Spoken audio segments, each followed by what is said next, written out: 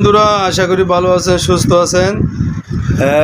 আজকের ভিডিওতে আমি আপনাদেরকে বলবো ফ্রিজে মাছ মাংস কিভাবে রাখবেন।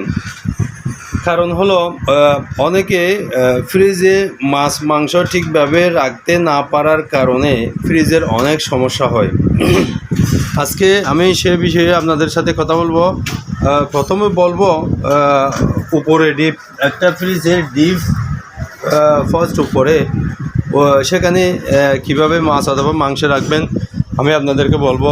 অনেকেই বলেন আমার ফ্রিজের ডিপ থেকে অনেক গন্ধ আসে,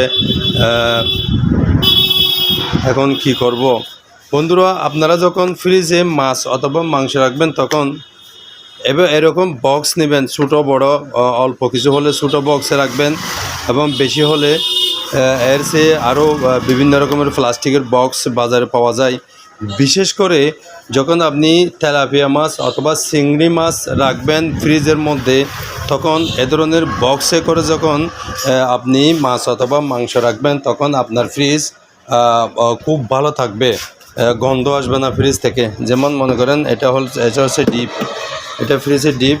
এখানে আপনারা মাছ অথবা মাংস যখন রাখবেন এখানে বক্সে করে, তখন ফ্রিজের মধ্যে মাছের অথবা মাংসের রক্তগুলো পানি হয়ে ফ্রিজের মধ্যে পড়বে না, এক নম্বর। 2 নম্বর, আমরা জানি তেলাপিয়া মাছ এবং আপনার চিংড়ি মাছ থেকে অনেক গন্ধ আসে অনেক সময়।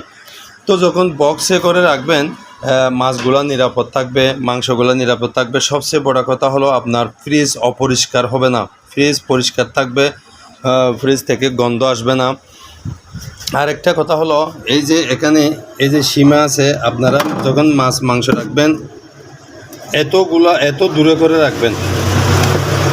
এখানে যে ইয়াটা আছে এর চেয়ে এদিকে ভিতরে রাখবেন। অনেকে কী করে এখানে পর্যন্ত রাখতে এ ধরনের এখানে পর্যন্ত নিয়ে আসে মাছ অথবা মাংস, মানে অনেক বেশি রাখে আর কি। ফলে এই যে দরজাটা আছে এই দরজাটা ঠিকভাবে বন্ধ হয় না।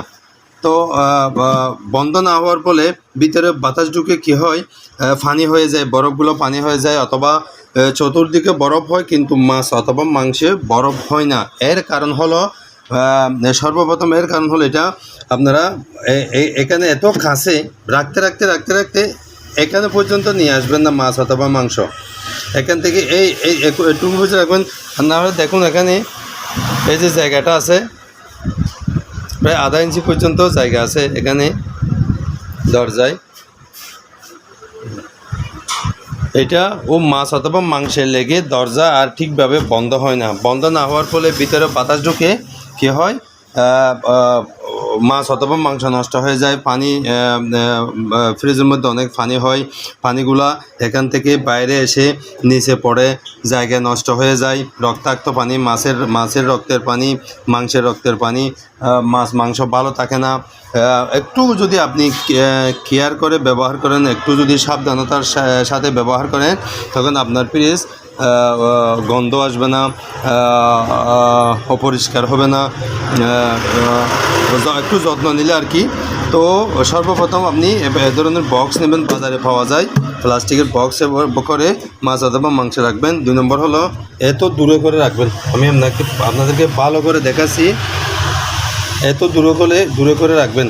এখানে যত রাখবেন তত যাতে এখানে এদিকে না আসে সেভাবে রাখবেন। ধন্যবাদ বন্ধুরা। আরও কিছু জানতে চাইলে আমাকে কমেন্ট বক্সে যাবেন, নইলে আমার নাম্বার থাকবে, ওখানে ফোন দেবেন। আসসালামু আলাইকুম রহমতুল্লাহ।